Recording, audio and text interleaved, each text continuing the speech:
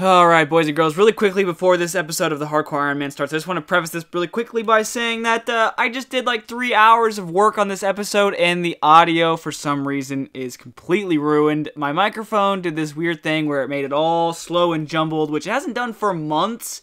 I thought it was just a glitch one day, but it's happened again. It sucks. I did a test recording before, and apparently it didn't matter, but... So this whole episode is going to be post-commentary. I'm going to just watch the episode back and just kind of talk over what was going on. So I apologize that the commentary is not live. Unfortunately, my microphone was just a big dummy. But let's just jump into the episode and get started. We got quite a bit of stuff done, so it was a good episode, and I had tons of funny bits that you'll never get to hear now. And it just sucks for everybody involved, but here we go. So we started off in the middle of In Search of the Myrack. I was in the middle of a boss fight with the big puppy. I made a really funny joke here. I was like, oh, Vanstrom's killing everybody. He's a big old vampire nerd. But I don't remember exactly what it was. He's so creepy, though. He's very scary. But anyway, you get ready to fight this nerd here in a second after some talking. I don't know why this happens sometimes. I don't know if I just leave it plugged in too long and it just messes up and it disappears in a fart cloud. Oh, and I changed the appearance of our character. We're no longer a freakish purple creature. We're a cute little girl. Once again. So we're back. I changed my outfit a little bit. We got a nice little crop top. We're sporty. We're spice. We're everything nice.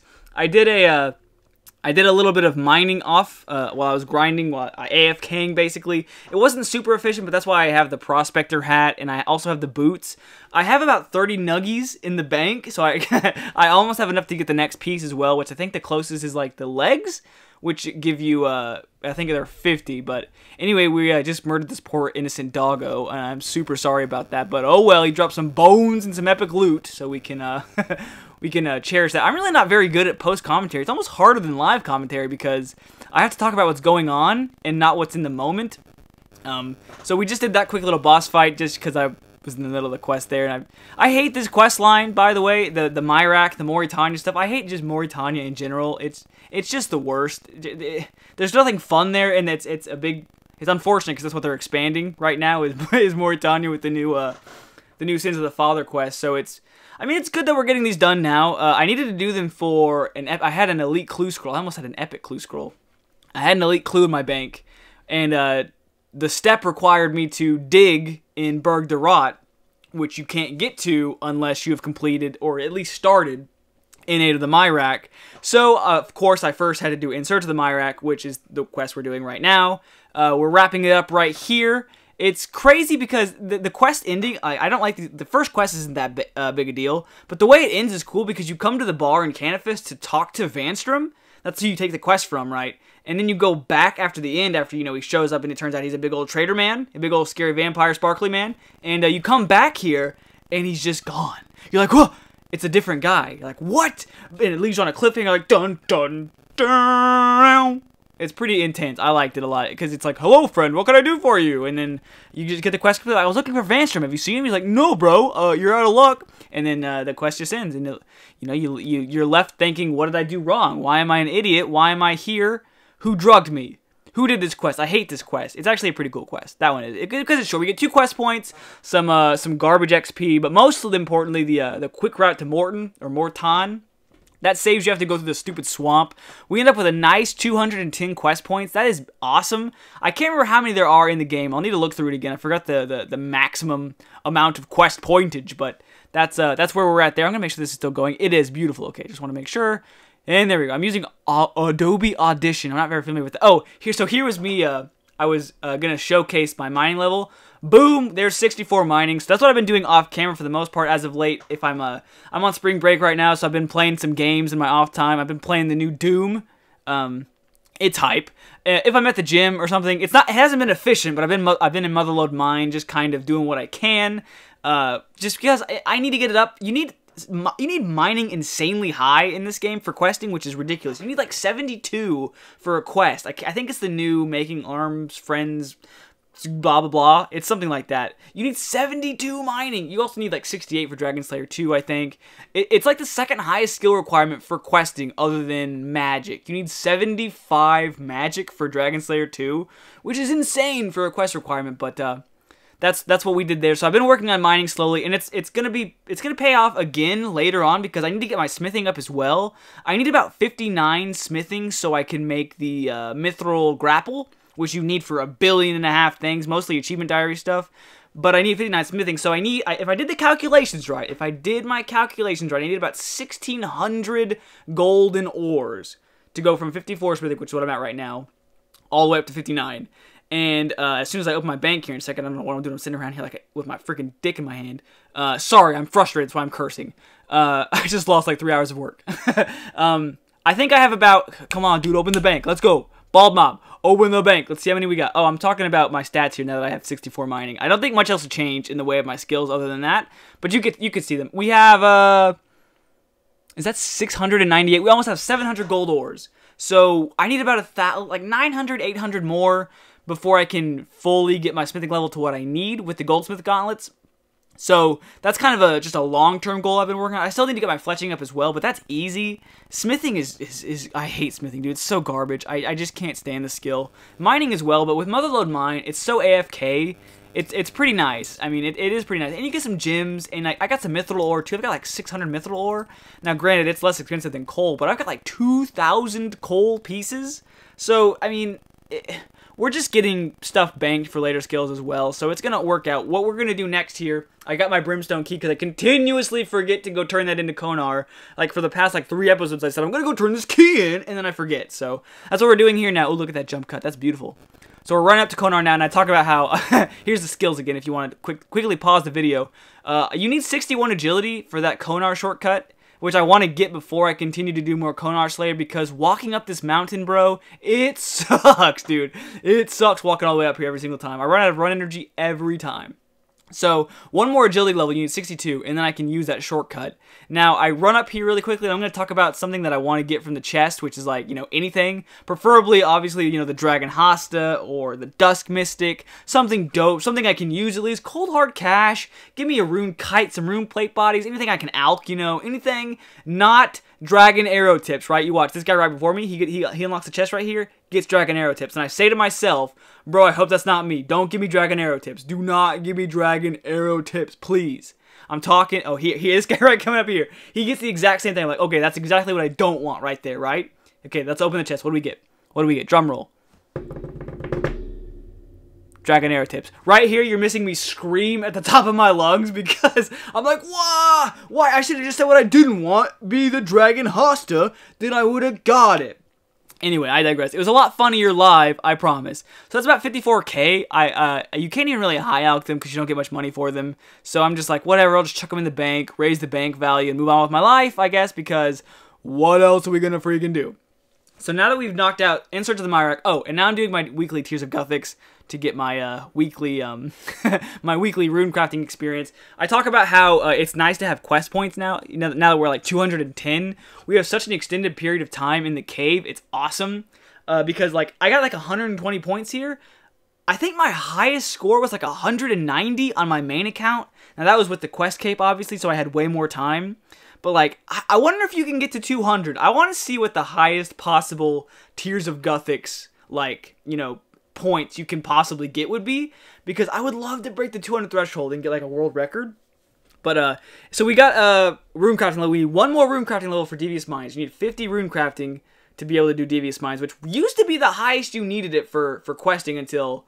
the Fremennik Exiles came out. You need 55 for that, so we still got more grinding to do in that area, but we got like 7,000 runecrafting experience in that. Next week, we'll get another level, and that'll be taken care of, so I'm getting ready to go bank my arrow tips and get ready to do Innate of the Myrac, which is a much more frustratingly annoying quest, mainly because it's just so long, and it's got lots of running back and forth. You gotta fix up the boring old town. You have to protect Ivan Strom from 2 feral vampires, which is like the worst part in any quest almost. Bar like Monkey Madness 2 and maybe even Dragon Slayer 2. Although Dragon Slayer 2 is fun. Same as Song of the Elves. So here we are. This is like in the middle of the quest. I'm getting ready to do that part of the clue scroll where I needed to dig in Berg de Rot. And what do you freaking know? I gotta go to the Wilderness Resource Center.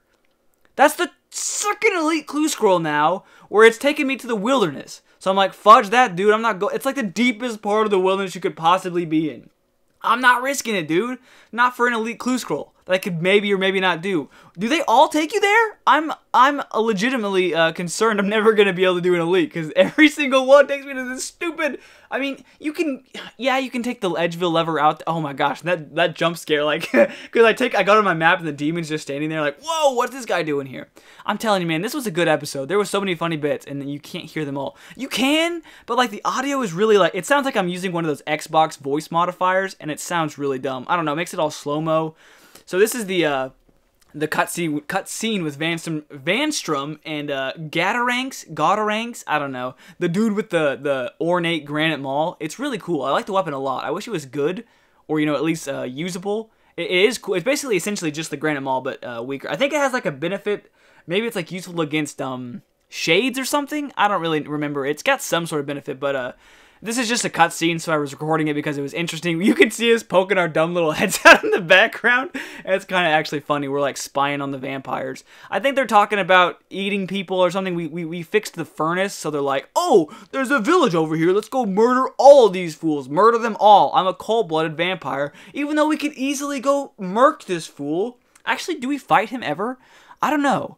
I haven't done Darkness of Hollowvale yet. I hate Darkness of Hollowvale. That's like one of the worst quests because it's like, it's so much agility. It's so much agility. Oh, and then I was like, oh, where's Gadaranks? We need to go fight him. He's supposed to be here. And then he didn't show up. I was like, what? GG easy. But it's because you have to go find him in the general store. I didn't know that. So I stood around for like an hour because I didn't know where to go. But you see, oh, and I had to make, oh, this was actually pretty cool. I had never done this before, but apparently there's a ring. It's called like the Ring of a Fairy-Little, I don't know. But it gives you the ability to fight these vampire juvenites with any weapon you want. Normally you would have to use a silver weapon. But if you make this ring that I just made, which you have to make with a silver bar and like enchant it, you can, and it has like a certain amount of charges, like basically per hit, you can kill, it makes killing these vampires a lot easier because you can use a better weapon like my Dragon Scimitar and not the silver sickle. So it makes this fight way easier, even though this fight's a joke anyway, especially because, your boy Velioff shows up to save you in the end, but, man, this part was so good, too, because I was like, I timed it perfectly, because he's, like, talking up how good he is. He's like, my name is Gadaranks. I'm here to murder innocent fools and kill you. How would you like to die today? And you're like, sure, why not? And then I paused it perfectly. I was like, oh, GG easy. He just falls over dead. It's so funny, man. Oh, this episode was so good. I'm so sorry this happened. I wish I could fix it. I actually put the audio, like I separated the audio and put it into Premiere by itself. And I sped it up a little bit. And it actually made my voice sound kind of normal, but there was so many weird cuts, it just didn't work out perfectly, so I figured it would just be better to just re-record it all, and that way I could explain everything also. I'm sorry this isn't as good as like my live commentary, of course, but it's at least better than a jarbled mess, and then he disappears into a fart cloud and goes away forever. So there's that fight, and then I'm wielding his hammer like a trophy. It's so cool, right? Like, the hammer's awesome. Oh, okay, here we are. We're getting ready to do the most annoying part of this quest. This is where you have to protect Ivan Strom from 2 vampire juvenites. So you can do the long route or the short route. The long route has 2 higher level vampires. The short route has 4 lower level vampires. So you can pick whichever one you want. It's easier to protect him when there's just 2. Although, as you're getting ready to see here in a second, I don't do it very well. I do somehow manage to do it on my first try, though. Spoiler alert. But if you maneuver Ivan, well, first of all, you can give him armor and food to make it a little bit easier, but if you maneuver back and forth like I'm doing right here to the west and to the east, you can kind of get him wedged into those 3 pieces of seaweed, or whatever that is. I kind of get it right here if you, like if you go up a little bit, I'm about to get it. Trust me, I'm about to get it. Just like that. If you get him stuck like that, he's safe, but I messed it up here, obviously, and I got him unstuck. And then I start getting ganked here in a second by these 2 vampire guys. But for the most part, it goes pretty well. I'm like, okay, now I'm panicking here. I'm like, oh, he's getting attacked, so I've got to just defend his honor, but he's getting gangbanged here. But thankfully, for whatever reason, I don't know if it's supposed to happen, but the other guy he just pisses off. I don't know why. He's like, oh, I'm frustrated now because I'm being attacked by this other guy. So, I don't know. So, I get lucky there. I don't know why. It happens again here in a second. But he tanks it for the most part. He eats like 2 pieces of food.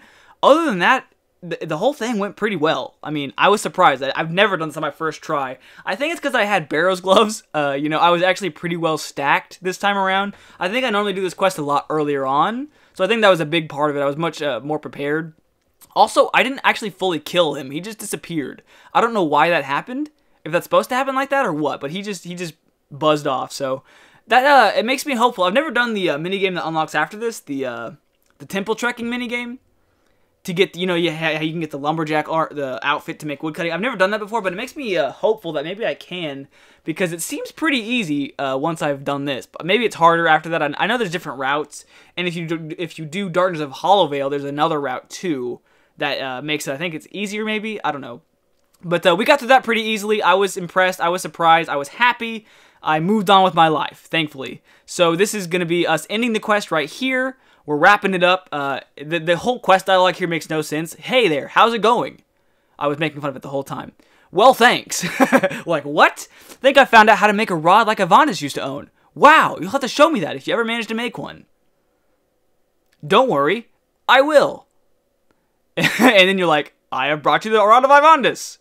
Very impressive. I was just asking you how to make that. And then you give it to him, and then the quest is complete. So that wraps up the second of the Morytania quest line, aka Innate of the Myrak. 2 more quest points, some crafting experience, and some combat. Not much. Puts us at a nice 212 quest points, and ready to do Darkness of Hollowvale, which I'm not going to do until I absolutely have to. I was looking ahead. A Taste of Hope, which is the quest that comes after Darkness of Hollowvale, is actually I can do that one as well. So I can finish off the quest line and be prepared for the Sins of the Father quest, which is about to come out. Who knows when exactly, but I just know that's the next thing that Jagex is working on. I could be prepared to do that quest when it comes out. The only thing is that the boss fight at the end of A Taste of Hope is pretty tricky, especially for my combat level. He's like level 200 something, and it's like got like mechanics and gimmicks and stuff. So I'd have to either get a little bit stronger or just really practice it. Because I think you have to use a certain weapon on the fight to kill the vampire guy, but I don't know. Maybe that's for a long ways away. So the only way I wrap this episode up is I'm talking about things I want to get ready to do. Like I want to do the Desert Diary soon, but to do that I need to do Eagle's Peak, and I need that quest for a lot. You need that because you need to be able to use those eagles for a lot of different things. So that's a quest I want to plan on getting ready to do soon. Then I can finish up the medium Desert Diary and a couple other mediums. So next hardcore episode, that's going to be the first thing we probably open with, is finishing Eagle's Peak, wrapping up some diaries. That'll get me to 57 Herblore, which will allow me to finish Fairy Tale Part 2. It's going to open up tons of doors. I want to start working on Slayer more, but I need to get my agility up, like I said before, so I can use the stupid Konar shortcut. I also need to get combat up just in general. And I need to get more Slayer points. Like, I kind of want to do some Turiel Slayer to get my task percentage up so I can get higher points. Because I really need to rush the Slayer helmet, man. Because I want to use my Twisted Horns so bad. I want to use them so badly because I've got them, man. You need so many points, but I also need to get a Black Mask. There's a million things I need to do. You know, the hardcore struggle never ends. But here we are. I'm saying my goodbyes right here. Thanks again, guys, for watching. I'm sorry that this wasn't the normal episode, but hopefully I did a good enough job explaining some things that happened, and hopefully it was still entertaining to watch. Hopefully next episode will be better and back to live commentary. I do apologize again. I wish it wouldn't have happened. Trust me, I was so frustrated at myself. I did a test recording and everything. I do a test recording every time before I start recording. Normally I'll do it for like 30 minutes, like when I'm getting ready, and I'll check to make sure the audio sounds good and everything, and it does. This time I only did it for like a couple minutes. I guess that's my fault. It hasn't done this in months, though. I figured it was over with and the glitch was done. I don't know, man. Again, I'm sorry, guys and girls. Thanks again for watching, though. I will see you guys in the next episode of something where hopefully there will be no more audio issues. Thanks for sticking through this if you did. We still got lots done. Lots of fun stuff done. Lots of, you know, just garbage. It's just, I don't know, man. I don't know what else to say, really. I'm not very good at these post commentaries. It's a lot. I've been talking now for 20 minutes straight. Rambling, and I'm gonna wrap this episode up. So thanks again, guys. I will see you in the next episode. Stay beautiful, stay safe out there. I love you guys, and thanks for all the support on everything as of lately. It's been great. The channel's been doing great, and it's just all thanks to you guys. So I will see you guys very soon. Bye.